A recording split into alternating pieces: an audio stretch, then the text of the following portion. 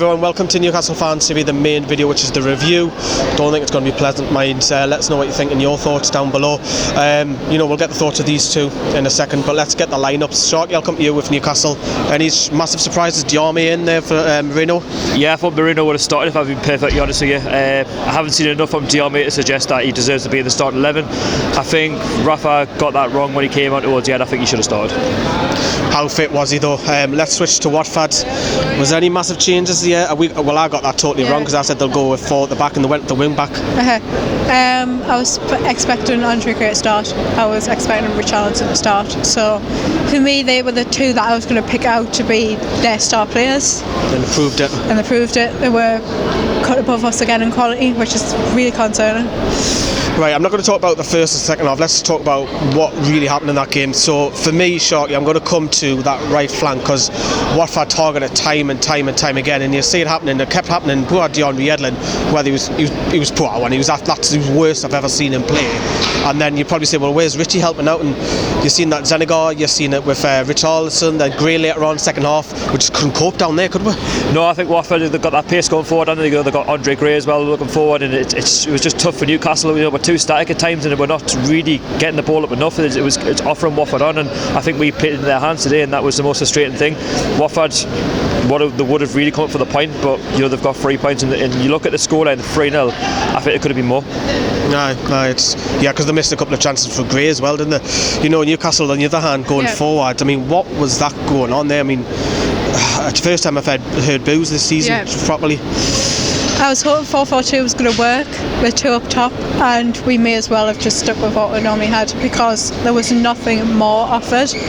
Gale did well. Hostelou missed a few sitters, and I know I have been a big critic of Hostelou.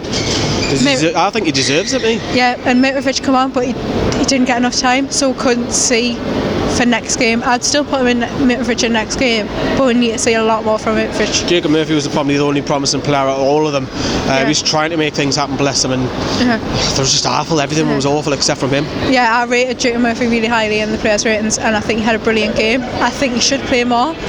And he showed that the way he cuts in players, leaves them behind, creates opportunities, and he just played, I think, best player, one of our best players, and definitely a man of the match today. I would have to agree, it's awful. We're just absolutely awful. Let's quickly hear from Rafa Benitez on his thoughts on what he said about the game. It was a classical game of the Premier League. You make mistakes, you pay for that. Working harder, working better, and that's it. We have to realise that this is the level of the Premier League, so you have to be strong as a unit, and if you forget that, and you think that you can go wide, you can be open, and then you will not concede, it's difficult. Then we have to stick together like we did in a lot of games and improve that.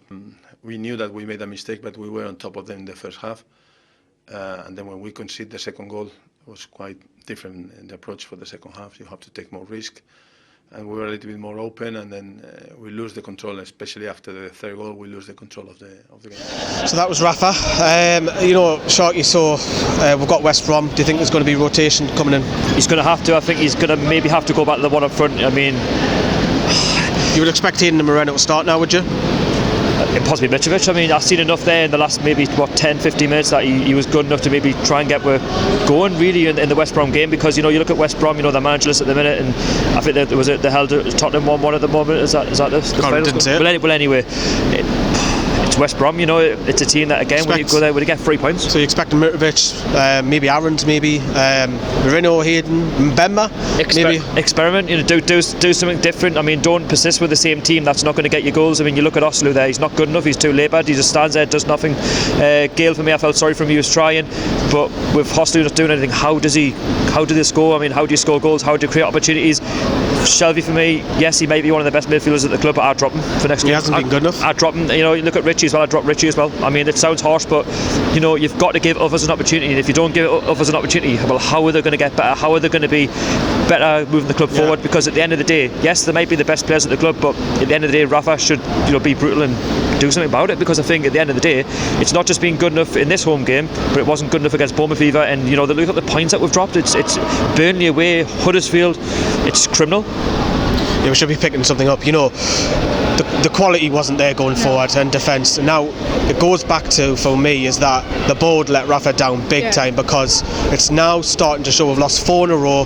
Everyone's getting a little bit unnervy, everyone's getting a little bit twisty, everyone's getting booze. We heard that. You know, this squad, the board have let Rafa down. It's signs that you know, we haven't got the squad in depth. No, we haven't got the depth to cover it. You know, take Perez out, we're left with Diame. We haven't got that quality that other teams have. They can switch, they can rotate the squads. We can't do that.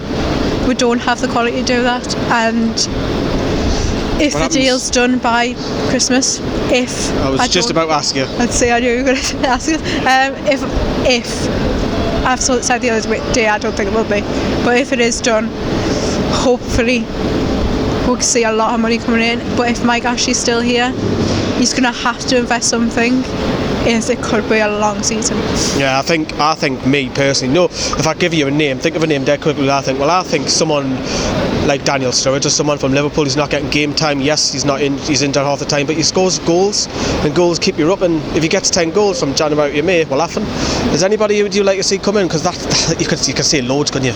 Daniel Sturridge was one I was going to say, because you look, he's on the bench. He's not really making an impact at Liverpool, is he? I mean, he would get you possibly 10 to 15 goals if he's fit. That's a big if, and I think he'd probably do better than what we've got at the moment. I think if you played Sturridge alongside Dwight Gale, I think that would work. I just don't think Hosler was quick enough, and I don't think for a tall striker, he doesn't get off the ground. Lift off the ground. And it's very concerning because he doesn't pick up the ball when he needs to. I mean, the ball's up in the air to be won, and he's just standing like that. He doesn't jump.